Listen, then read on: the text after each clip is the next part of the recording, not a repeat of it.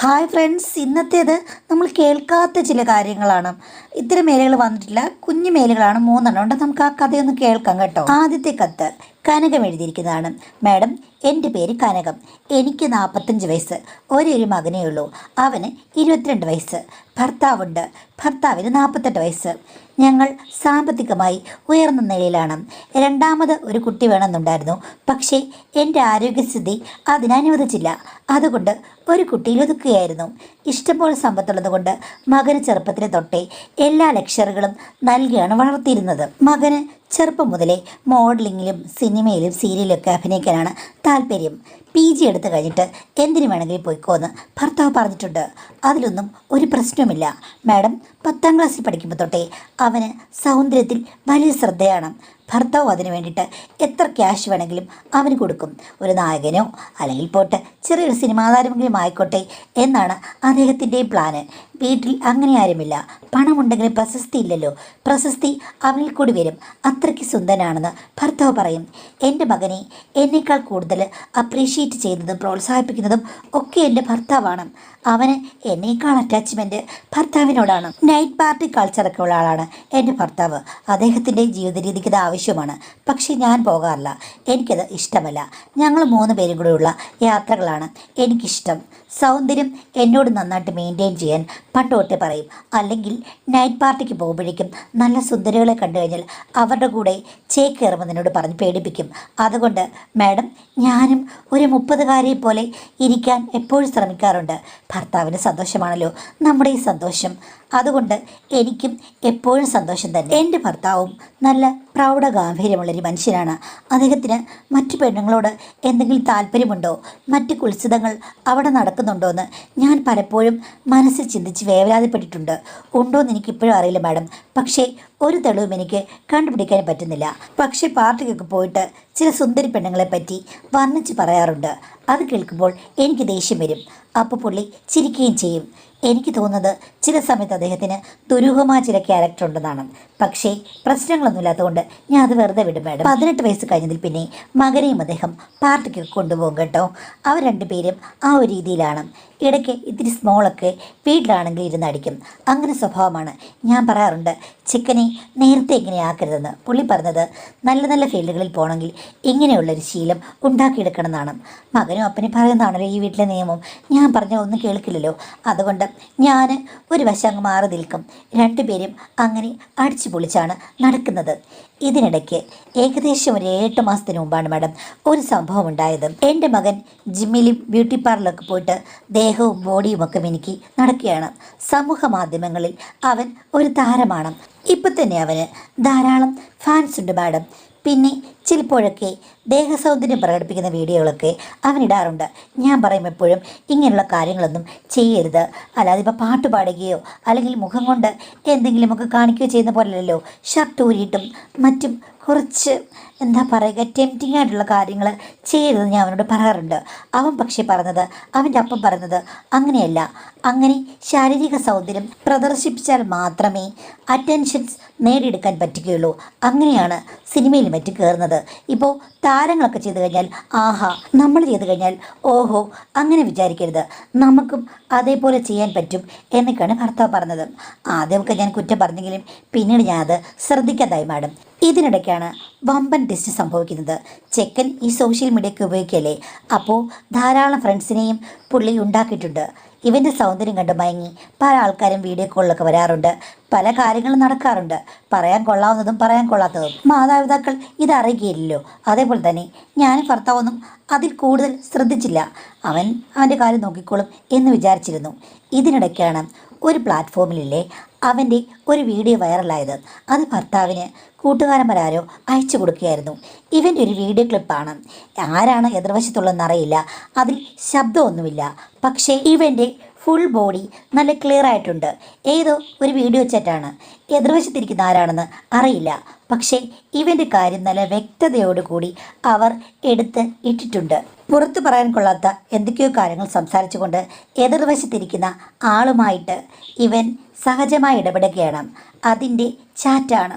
എല്ലാം നല്ല തെളിവായിട്ട് കാണാം മാഡം. അതുമാത്രമല്ല ഇവൻ്റെ കൈക്കറികളും അതിൽ വ്യക്തമായിട്ടുണ്ട്. തുടക്കം മുതൽ ഒടുക്കം വരെയുള്ള എല്ലാ ക്ലൈമാക്സും ചേർന്നുള്ള ഒരു വീഡിയോ ആണ്.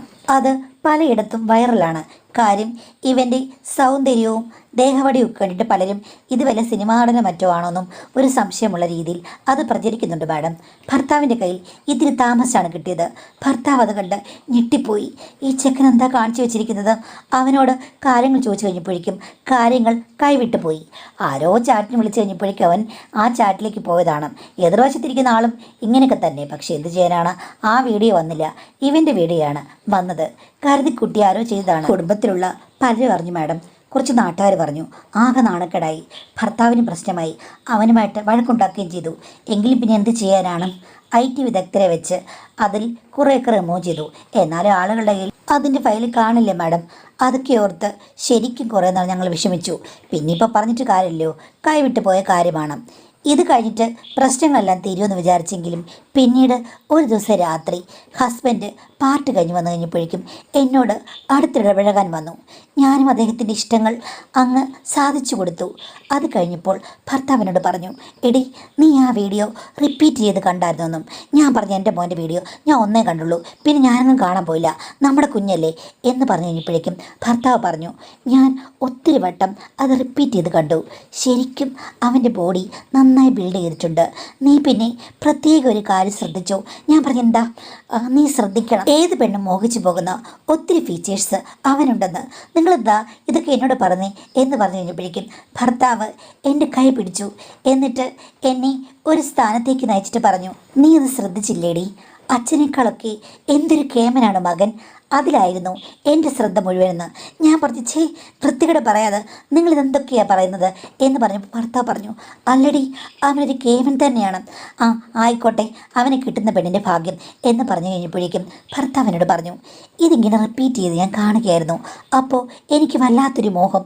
നിങ്ങളെന്തോ പറഞ്ഞു വരുന്നത് എന്ന് ഞാൻ ഞെട്ടലോട് ചോദിച്ചു കഴിഞ്ഞപ്പോഴേക്കും ഭർത്താവ് പറഞ്ഞു, അവൻ ശരിക്കും പറഞ്ഞു കഴിഞ്ഞാൽ ഇത്തരം ചാറ്റുകളൊക്കെ ചെയ്തിട്ട് മറ്റ് പെണ്ണുങ്ങളുടെ കൂടെയൊക്കെ ചുമ്മാ കറങ്ങാൻ പോകുന്നുണ്ടായിരിക്കുമോ? ഞാൻ പറഞ്ഞു, ആർക്കറിയാം, നിങ്ങൾ ചെറുക്കനെ ചെല്ലം കൊടുത്ത് വളർത്തുകയല്ലേ, എവിടെ പോകും എങ്ങനെ പോകുന്ന ആർക്കറിയാം. ചിലപ്പോൾ കാണുമായിരിക്കും ഇഷ്ടംപോലെ ബന്ധങ്ങൾ. ഇത്ര പ്രശസ്തരല്ലേ, പെണ്ണുങ്ങളൊക്കെ ക്യൂ നിൽക്കുകയായിരിക്കും, എന്തെങ്കിലുമൊക്കെ നടക്കുന്നുണ്ടാവും, നമുക്കിപ്പോൾ അവരെ പുറകെ നടക്കാൻ പറ്റുമോ എന്ന് പറഞ്ഞു കഴിഞ്ഞപ്പോഴേക്കും ഭർത്താവ് പറയുകയാണ്, എനിക്ക് ഒരാഗ്രഹമുണ്ട്. എന്താണെന്ന് ചോദിച്ചു കഴിഞ്ഞപ്പോൾ, നീ വെറുതെ കിടന്ന് ബഹളം വെക്കരുത്. അവനങ്ങനെ പുറത്തൊന്നും പോയിട്ട് മറ്റു പെണ്ണുങ്ങളുമായിട്ട് കൂട്ടുകൂടുന്നതിൽ എനിക്ക് യാതൊരു താല്പര്യമില്ല. അകത്തോടെ പെണ്ണില്ലല്ലോ, അവന് കല്യാണം കഴിച്ചല്ലേ പെണ്ണുണ്ടാകുള്ളൂ. അപ്പോൾ ഭർത്താവ് പറയുകയാണ്, എന്തായാലും എനിക്ക് വല്ലാത്തൊരാഗ്രഹമുണ്ട്. നീയും മോനും കൂടെ സാപ്പാസ പാടുന്നത് കാണാൻ എനിക്കൊത്തിരി ഇഷ്ടമാണെന്നും. ഞാൻ പറഞ്ഞു, നിങ്ങൾക്ക് വട്ടാണം, നിങ്ങൾ കുടിച്ചിട്ട് വരുന്ന പറയുകയാണ്, എന്താ പറഞ്ഞത്, നിങ്ങൾക്ക് വല്ല ബോധമുണ്ടോ? ലോകത്തിൽ ആരെങ്കിലും ഇങ്ങനെ പറയുമോ എന്ന് പറഞ്ഞു. ഭർത്താവ് പറഞ്ഞു, നീ കിടന്ന് അലറണ്ട. എനിക്ക് തോന്നുന്നത് ബെറ്റർ വീട്ടിൽ നിന്ന് തന്നെ ഇത്തരം നയനാനന്ദകരമായ കാര്യങ്ങൾ തുടങ്ങിക്കഴിഞ്ഞു കഴിഞ്ഞാൽ അവൻ നമ്മുടെ കൺട്രോളിൽ നിന്നോളൂ. ഞാൻ പറഞ്ഞു, ഇതെന്തൊക്കെയാണ് പറഞ്ഞത്, ഒരു വിവരമില്ലാത്ത വർത്തമാനമാണ്, വേണ്ട, എന്നെക്കൊണ്ട് പറ്റില്ല, എന്നൊക്കെ പറഞ്ഞു. ഞാൻ വിചാരിച്ചത് പുള്ളി കള്ളു കുടിച്ചിട്ട് വന്ന് എന്തെങ്കിലും പറഞ്ഞതാണെന്നാണ്. പക്ഷേ പിറ്റേ ദിവസം മുതൽ ഭർത്താവ് എന്നോട് രാത്രിയാകുമ്പോൾ പറയും, എടി എൻ്റെ ചെറിയൊരാഗ്രഹമാണ്, നീ സാധിച്ചു തരണം പ്ലീസ്, ഞാനും ഈ മുറിയിൽ കാണും. ഞാൻ പറഞ്ഞു, വേണ്ട, ഇത് നടക്കുന്ന കാര്യമല്ല, ഇങ്ങനെ പറയരുത്, എനിക്ക് കേൾക്കേ വേണ്ട എന്നൊക്കെ പറഞ്ഞ് ഒത്തിരി വട്ടം ഞാൻ വഴക്കുണ്ടാക്കി പാടും. പക്ഷെ ഭർത്താവ് പറഞ്ഞു, ഒരു കുഴപ്പമില്ല, ഞാനില്ലേ കൂടെ, എൻ്റെ ഫുൾ സപ്പോർട്ട്. എനിക്ക് കാണാനുള്ള ആഗ്രഹം കൊണ്ടാണ്, ഞാൻ ഒത്തിരി ആഗ്രഹിക്കുന്നുണ്ട്. അന്ന് ആ വീഡിയോ കണ്ടപ്പോൾ മുതൽ എനിക്കതാണ് തോന്നിയത്, നിങ്ങളുടെ സംഗമം.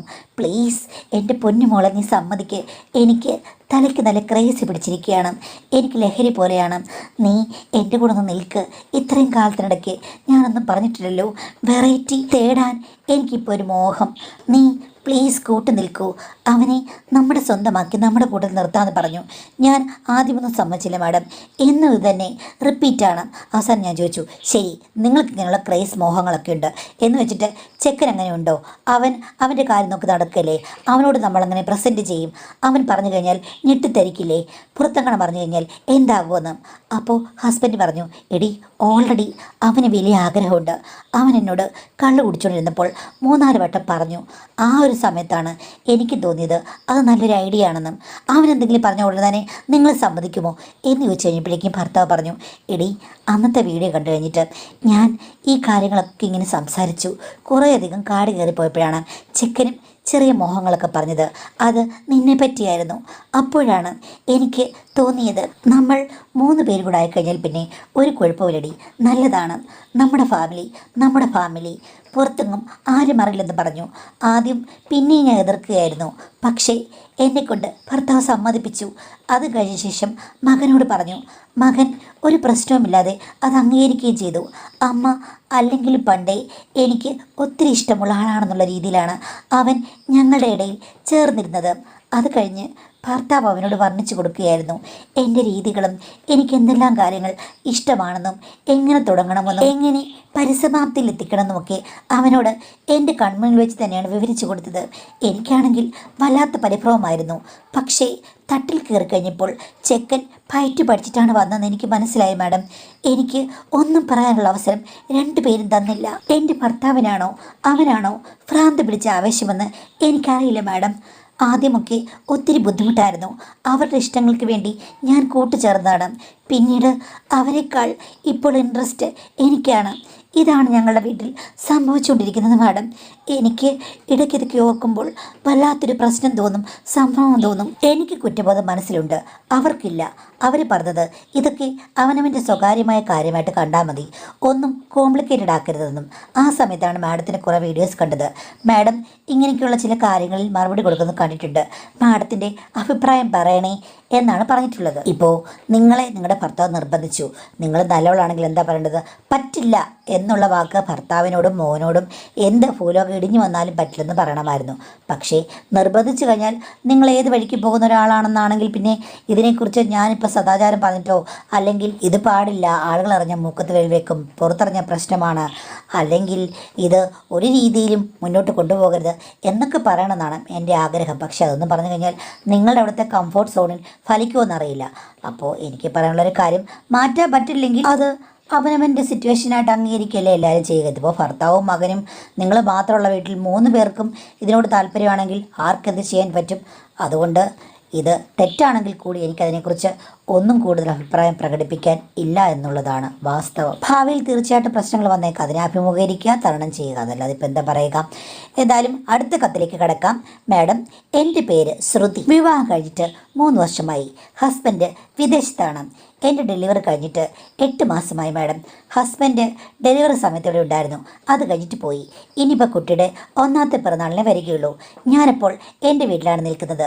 അമ്മായിയമ്മയ്ക്ക് അത്ര വയ്യ. അതേപോലെ തന്നെ എൻ്റെ അമ്മയ്ക്കും ചെറിയൊരു പ്രശ്നമുണ്ടായിരുന്നു എൻ്റെ പ്രസവ സമയത്ത്. അതുകൊണ്ട് വീട്ടിൽ കൊണ്ടുവന്ന് കഴിഞ്ഞപ്പോഴേക്കും ആദ്യത്തെ 2 മാസം ഒരാളെ സഹായത്തിന് നിർത്തി. അത് കഴിഞ്ഞ ശേഷം എൻ്റെ കാര്യങ്ങളൊക്കെ നോക്കുന്നതും തുണി നനയ്ക്കുന്നതും വരെ എൻ്റെ അച്ഛനായിരുന്നു. എൻ്റെ അമ്മ ചെയ്യുന്ന എല്ലാ ജോലികളും എൻ്റെ അച്ഛനും ചെയ്യും. കുട്ടിയെ നോക്കുകയും കുളിപ്പിക്കുകയും ബാക്കിയുള്ള കാര്യങ്ങൾ ഒക്കെ ചെയ്യും മാഡം. സത്യം പറഞ്ഞാൽ അച്ഛനുള്ളത് എനിക്ക് വലിയൊരു ആശ്വാസമായിരുന്നു. വിവാഹത്തിന് മുമ്പ് അച്ഛനും ഞാൻ തമ്മിൽ കൂട്ടൊക്കെ ആണെങ്കിലും ഇത്രയും അധികം സംസാരിക്കുകയും അടുത്ത് ഒന്നും പറയുകയും ചെയ്യാറില്ല. കാര്യം പ്രായമാകുമ്പോൾ നമുക്കൊരു ഡിസ്റ്റൻസ് വരുമല്ലോ. ഈ സമയത്ത് ഞങ്ങൾ ഒത്തിരി അടുത്തു. 6ാം മാസം കുഞ്ഞിൻ്റെ ചോറൂണിന് എൻ്റെ സഹോദരൻ വന്നിരുന്നു. സഹോദരനും ഭാര്യയും അവരുടെ കുട്ടിയും കൂടെ. കുറേ നാളായി അവർ വന്നിട്ട്. എൻ്റെ ആ ഡെലിവറി സമയത്ത് വന്നാണ്. അത് കഴിഞ്ഞിട്ട് ഇപ്പോഴാണ് വരുന്നത്. അമ്മയ്ക്ക് എന്തായാലും അധികം ഒന്നും ചെയ്യാറായിട്ടില്ല. അപ്പോൾ ചേട്ടൻ പറഞ്ഞു, ഒരു 10 ദിവസം അമ്മയും കൊണ്ട് പോവുകയാണ്, അമ്മയോട് എന്നിട്ട് കാര്യമൊന്നുമില്ലെന്ന് പറഞ്ഞു. അമ്മയ്ക്കാണെങ്കിലും അവർ വാങ്ങിച്ച പുതിയ വീട്ടിലൊക്കെ ഒന്ന് പോയി താമസിക്കണമെന്നും താല്പര്യമുണ്ടായിരുന്നു. അമ്മയും കൊണ്ട് പോയിട്ടില്ല. അതുകൊണ്ട് ചേട്ടൻ 10 ദിവസത്തേക്ക് കൊണ്ടുപോയി. അച്ഛനും പറഞ്ഞു, കൊണ്ടുവെക്കൂ, കാര്യം ഞാനിവളോടുണ്ടല്ലോ, അവിടെ കാര്യങ്ങൾ ഞാൻ നോക്കിക്കോളാം, അല്ലെങ്കിൽ ഞാനല്ലേ നോക്കുന്നതെന്ന്. അങ്ങനെ ഇരിക്കുന്ന സമയത്താണ് മാഡം ഹസ്ബൻഡ് എന്നെ വിളിച്ചപ്പം അച്ഛൻ എവിടെയാണെന്നൊന്നും അറിയില്ലല്ലോ. ഞാൻ എൻ്റെ റൂമിൽ ഇങ്ങനെ ഫോണൊക്കെ വെച്ച് സംസാരിച്ചുകൊണ്ടിരിക്കുകയാണ്. ഭർത്താവ് അവിടെ നിന്ന് 6 മാസമൊക്കെ കഴിഞ്ഞല്ലോടി, 90 ദിവസം കഴിഞ്ഞ് കഴിഞ്ഞാൽ കാര്യങ്ങളൊക്കെ റെഡിയാകുമല്ലോ, നിനക്ക് എന്നെ കാണുമെന്ന് തോന്നുന്നില്ലേ എന്ന് ചോദിച്ചു. അപ്പോൾ ഞാൻ പറഞ്ഞു, എനിക്ക് ഡെലിവറി കഴിഞ്ഞ് 10 ദിവസം കഴിഞ്ഞപ്പോൾ തന്നെ ചേട്ടനെ കാണാൻ തോന്നിയെന്ന്. എടി അന്ന് വന്നെന്ന് പറഞ്ഞാലും കാര്യമൊന്നുമില്ലോന്നും. കാര്യമില്ലെന്ന് ആര് പറഞ്ഞു? നിങ്ങളെ സന്തോഷിപ്പിക്കാൻ എനിക്കറിയാം, അതിനുള്ള വഴികൾ എനിക്കറിയാമല്ലോ, നിങ്ങൾക്ക് എന്താ ഇഷ്ടമെന്ന് എനിക്കല്ലേ അറിയുള്ളൂ എന്നൊക്കെ ഞാൻ പറഞ്ഞു. അപ്പോൾ പുള്ളിക്കാരൻ കൊച്ചു കള്ളി എന്നൊക്കെ പറഞ്ഞു. കുഞ്ഞടുത്ത് കിടക്കുന്നുണ്ട്, ഫോൺ കയ്യിൽ പിടിക്കാത്തതുകൊണ്ട് ഞാൻ എന്താണെന്നറിയാമോ, അത് സ്പീക്കറിലായിട്ടിരുന്നത്. ഇത്തിരി കഴിഞ്ഞ് ഞങ്ങൾ ഇത്തരം കാര്യങ്ങളൊക്കെ പറഞ്ഞ് കത്തി കയറി കഴിഞ്ഞ് ഞാൻ നോക്കിയപ്പോഴുണ്ട് അച്ഛൻ വാതിക്കൽ നിൽക്കുന്നു. മാഡം, അച്ഛനതല്ല കേട്ടെന്ന് തോന്നുന്നു. ഞാൻ പെട്ടെന്ന് കട്ട് ചെയ്തു. അപ്പോൾ അച്ഛൻ കയറി വന്നിട്ട് എന്നോട് ചോദിച്ചു, എന്താ നീ കട്ട് ചെയ്തത്? അച്ഛൻ വല്ലതും കേട്ടോന്ന്. ആ ഞാൻ കേട്ടു, നിങ്ങൾ തമ്മിലുള്ള സ്വകാര്യ സംഭാഷണമല്ലേ, ഇതൊന്നും വലിയ കാര്യമൊന്നുമല്ല, നിൻ്റെ അമ്മയും ഞാനും കൂടെ ഒക്കെ ഇതിലും അപ്പുറം സംസാരിച്ചിട്ടില്ലേ, അതൊക്കെ ഭാര്യ ഭർത്താക്കന്മാരുടെ ഇടയ്ക്ക് സ്വാഭാവികമല്ലേ എന്ന് പറഞ്ഞു. ഞാനിപ്പോൾ ഒന്ന് ചമ്മി. അതൊക്കെ അങ്ങനെയാ മോളെ, സ്വന്തം ഭർത്താവോ അല്ലെങ്കിൽ ഭാര്യയോ അടുത്തുണ്ടാകാൻ എപ്പോഴും ആഗ്രഹിക്കും. മനുഷ്യന് മാനസികമായും ശാരീരികമായിട്ടൊക്കെ എന്തെല്ലാം ആവശ്യങ്ങളുണ്ട്, അതെല്ലാം സ്വാഭാവികമാണ് എന്ന് പറഞ്ഞ് അച്ഛൻ അവിടെ വന്ന് തുണിയൊക്കെ വെച്ചിട്ട് അങ്ങ് പോവുകയും ചെയ്തു. മാഡം, എനിക്കാണെങ്കിൽ 1 മണിക്കൂറത്തേക്ക് വല്ലാത്ത ചമ്മലായിരുന്നു. ആവേശം കയറി ഞാൻ ഭർത്താവിനോട് എന്തൊക്കെയാണ് പറഞ്ഞത്, അദ്ദേഹം തിരിച്ച് എന്തൊക്കെയാണ് പറഞ്ഞത്, ഇതൊക്കെ മുഴുവനും അച്ഛൻ കേട്ട് കാണുമോ, അത് അവസാനം മാത്രമേ കേട്ടുള്ളൂ. ആകെ ചമ്മലായിപ്പോയി മാഡം. ആ ചമ്മൽ കാരണം ഞാൻ മുറിക്കകത്തുനിന്ന് പുറത്തിറങ്ങിയതേയില്ല. അച്ഛൻ ആ വഴിക്ക് വന്നതുമില്ല. പിന്നെ ഉച്ചയായപ്പോഴില്ലേ ചോറ് കഴിക്കാൻ വിളിച്ചു. ചോറൊക്കെ കഴിച്ചിട്ട് ഞാൻ പിന്നെയും വന്ന് കിടന്നു. ഇത്തിരി കഴിഞ്ഞപ്പോഴേക്കും അച്ഛൻ്റെ മുറിയിലേക്ക് ചെല്ലാൻ എനിക്കങ്ങ് തോന്നി. എന്തിനാണെന്ന് വെച്ച് കഴിഞ്ഞാൽ സോറി അച്ഛാന്ന് വല്ല പറയണമെന്ന് വെച്ചാണ് ഞാൻ ചെന്നത്. പക്ഷേ അവിടെ ചെന്നപ്പോഴില്ലേ മാഡം, അച്ഛൻ ചെറിയൊരു മയക്കത്തിലാണ്. ഫാൻ ഫുൾ സ്പീഡിലിട്ട് ഒരു കൈയിൽ മാത്രം എടുത്ത് അവിടെ ഇങ്ങനെ മലർന്ന് കിടന്നുറങ്ങുകയാണ്. ഞാൻ നോക്കിക്കഴിഞ്ഞപ്പോഴേക്കും അങ്ങും ഇങ്ങുമൊക്കെ എന്തൊക്കെയോ കാണുന്നത് പോലെ എനിക്ക് തോന്നുകയും ചെയ്തു. അച്ഛനെ ഉണർത്തണ്ട എന്ന് വിചാരിച്ച് ഒരു ചമ്മലോടുകൂടി ഞാൻ തിരിച്ചു പോയാൽ നേരത്തെ അച്ഛൻ പെട്ടെന്ന് എന്താ മോളെന്ന് ചോദിച്ചു. അപ്പോൾ പുള്ളി ഉറങ്ങിയില്ലേ, അച്ഛൻ ഉറങ്ങിയില്ലേ ഞാൻ ചോദിച്ചു. പറഞ്ഞു, ആ കണ്ണിലോട്ട് മയക്കം കയറി, ആ സമയത്ത് വാതുക്കൽ ആരെ വന്ന പോലെ എനിക്ക് തോന്നി മോളെ എന്ന് പറഞ്ഞു. ഞാനിപ്പോൾ അകത്തേക്ക് കയറി ചെന്നു. നീ എന്താ വന്നത്, എന്തൊരു ആവശ്യമുണ്ടോയെന്നും. ഇല്ല അച്ഛാ, ഞാൻ സോറി പറയാൻ വന്നാണെന്നും. അപ്പോൾ അച്ഛൻ ചോദിച്ചു, എന്തിനാ സോറി? അല്ല മുമ്പേ ഞാൻ ഹസ്ബൻഡിനോട് സംസാരിച്ച്.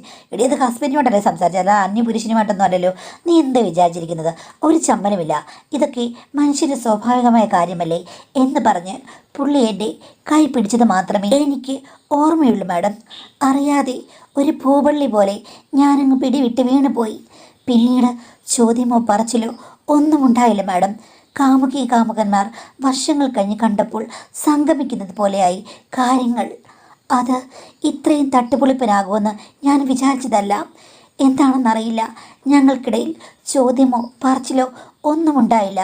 എന്തൊക്കെയാണ് പരസ്പര ആവശ്യങ്ങളെന്നും അറിയില്ലെങ്കിലും ഞങ്ങൾ തമ്മിൽ മികച്ച ജോഡികളായി എനിക്ക് തോന്നി. ഭർത്താവും ഞാൻ തമ്മിൽ ഇത്രയും ജോഡിപ്പൊരുത്തം ഇല്ലെന്ന് അന്ന് എനിക്ക് മനസ്സിലായി മാഡം. ചോദ്യവും പറച്ചിലും ഒന്നും ഉണ്ടായില്ല. എല്ലാം പെയ്തു തീർന്നു കഴിഞ്ഞപ്പോഴേക്കും അച്ഛൻ ഒന്ന് കണ്ണടച്ചു. ആ സമയത്ത് മനസ്സിൽ നിറഞ്ഞ സംതൃപ്തിയുമായി ഞാൻ കുട്ടിയുടെ അടുത്തേക്ക് പോരുകയും ചെയ്തു. മാഡം ഇതിപ്പോൾ ലൂപ്പ് പോലെ റിപ്പീറ്റായി പോവുകയാണ്. ഞങ്ങൾ തമ്മിൽ ഇതേപ്പറ്റി പിന്നീട് സംസാരിച്ചിട്ടേ ഇല്ല. പൊതുവായ കാര്യങ്ങളും കളിച്ചിരി തമാശകളൊക്കെ ഉണ്ട്. പക്ഷേ ഈ കാര്യങ്ങൾ സംഭവിക്കണമെന്നും നേരമാകുമ്പോൾ രണ്ടുപേരും ചെറിയൊരു നോട്ടം കൊണ്ട് മനസ്സിലാക്കും.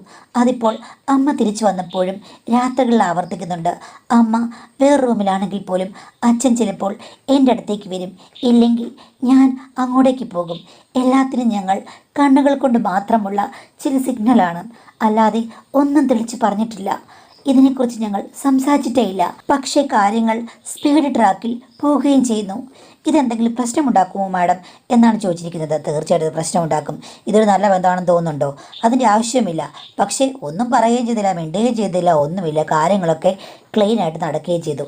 അപ്പോൾ രണ്ടുപേരുടെയും കയ്യിൽ ഈക്വലായിട്ടുള്ള തെറ്റുകളുണ്ട്. നിങ്ങളുടെ ഭർത്താവ് വരുമ്പോൾ അയാളോട് നിങ്ങൾക്ക് നന്നായിട്ട് പെരുമാറാൻ പറ്റുമോ? അല്ലെങ്കിൽ ഇതാരെങ്കിലും അറിഞ്ഞു കഴിഞ്ഞാൽ എന്താകും? ഇങ്ങനെയുള്ള കാര്യങ്ങളുടെ ഭാവി എന്താണ്? എന്തൊക്കെ ശ്രദ്ധിക്കണം? കുടുംബമാണ്. ഇങ്ങനൊരു കാര്യത്തിൽ വകതിരിവില്ലാതെ കണ്ണും കൊള്ളയടിച്ച് പോയി കഴിഞ്ഞാൽ എങ്ങനെ ശരിയാകാം? ഇതിനെക്കുറിച്ചൊരു ചർച്ച പോലുമില്ല.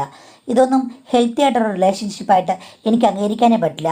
അത്യന്തം തെറ്റാണ്. ഇതൊക്കെ നിർത്താനുള്ള സമയം കഴിഞ്ഞിരിക്കുന്നു. നിങ്ങളുടെ ഭർത്താവ് വരുമ്പോൾ നിങ്ങൾ നല്ലൊരു ഭാര്യയായിട്ട് അയാളുടെ കൂടെ ജീവിക്കേണ്ടതാണ്. അതുകൊണ്ട് വകതിരിവുണ്ടായി തുറന്ന് പറഞ്ഞ് ഇതിൽ നിന്ന് മാറി രണ്ടുപേരും അവനവൻ്റെ സ്ഥാനത്ത് നിൽക്കാമെന്നാണ് എനിക്ക് പറയാനുള്ളത്. അല്ലാതെ പറഞ്ഞ പോലെ പ്രോത്സാഹിപ്പിക്കാൻ പറ്റുമോ?